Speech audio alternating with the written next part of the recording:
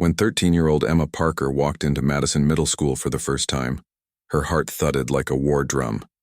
She clutched her backpack straps and kept her head low, hiding behind a curtain of long, golden hair. It was her shield, the one thing she felt beautiful about. Her family had moved across 3 states in the last 2 years. Her mom worked 2 jobs, her dad had left long ago, and Emma had learned to stay invisible. But middle school doesn't let you stay invisible for long. It started small. Whispers in the hallway. Giggles when she walked past. A note left on her locker that said, "New girl thinks she's a princess, more like a scarecrow." Emma didn't tell anyone. She was used to swallowing pain. Then came Friday. In the middle of history class, while the teacher stepped out to speak with a counselor, 3 girls surrounded Emma.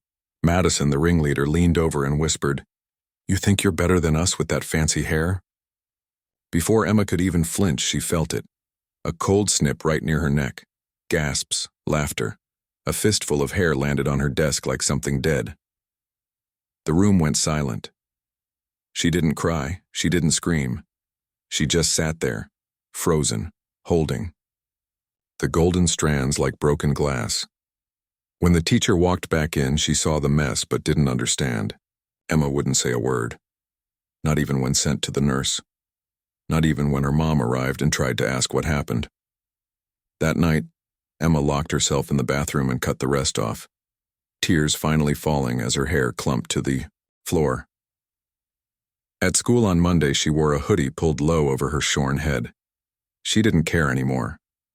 The bullies smirked, proud of what they'd done. But something unexpected happened. In the middle of lunch period, a boy named Lucas, quiet and a bit awkward, stood up from his table. He walked across the cafeteria, his voice cracking as he said, "Emma, your hair doesn't make you. You're still you." She looked up, stunned. Everyone did.